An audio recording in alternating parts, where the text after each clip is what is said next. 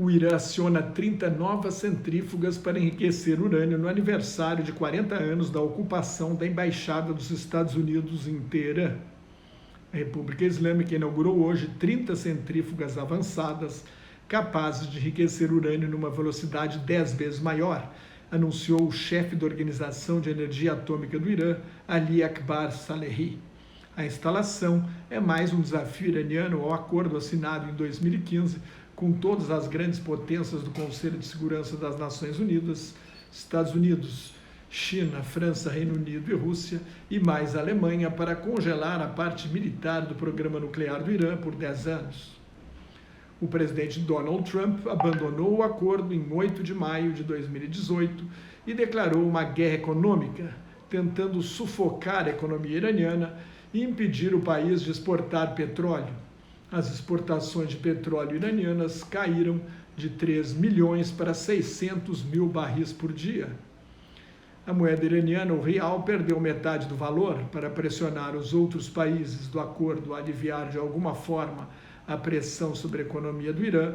O regime fundamentalista iraniano voltou a enriquecer urânio além dos limites previstos no acordo.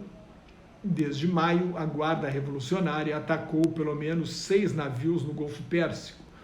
Uma milícia do Iêmen, financiada e treinada pelo Irã, assumiu a responsabilidade por um ataque contra instalações de petróleo da Arábia Saudita. O objetivo é romper o cerco da guerra econômica de Trump. Um novo desafio foi lançado em 4 de novembro, quando faz 40 anos da ocupação da Embaixada dos Estados Unidos em Teherã por guardas revolucionários.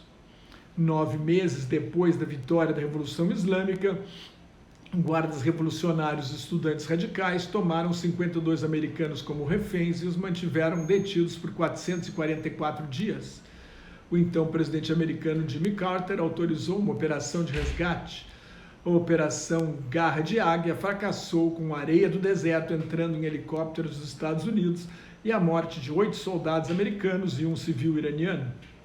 A crise dos reféns no Irã foi um fator importante para a derrota de Carter para Ronald Reagan em novembro de 1980. Os reféns foram libertados minutos depois da posse de Reagan em janeiro de 1981. A ocupação da embaixada nos episódios marcantes nas relações entre os Estados Unidos e o Irã. Os dois países nunca mais restabeleceram relações diplomáticas.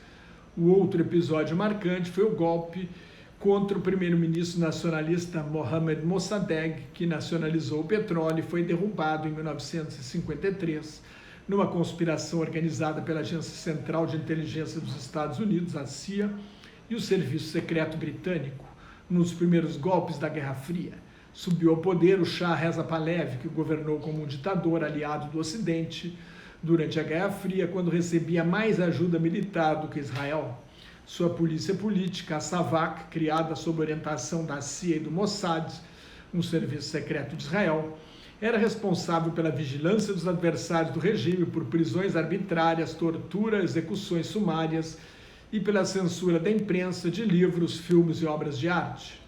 A Savak foi acusada de dezenas de milhares de mortos. Seus agentes foram perseguidos depois da Revolução Islâmica. Herdeiro da Pérsia, que criou o primeiro império multinacional da história, 500 anos antes de Cristo, o Irã tem ambições a ser uma potência regional no Oriente Médio e até mesmo uma grande potência mundial se fizer a bomba atômica. Também se considera líder dos xiitas, que são cerca de 18% dos 1 bilhão e 900 milhões de muçulmanos existentes hoje no mundo.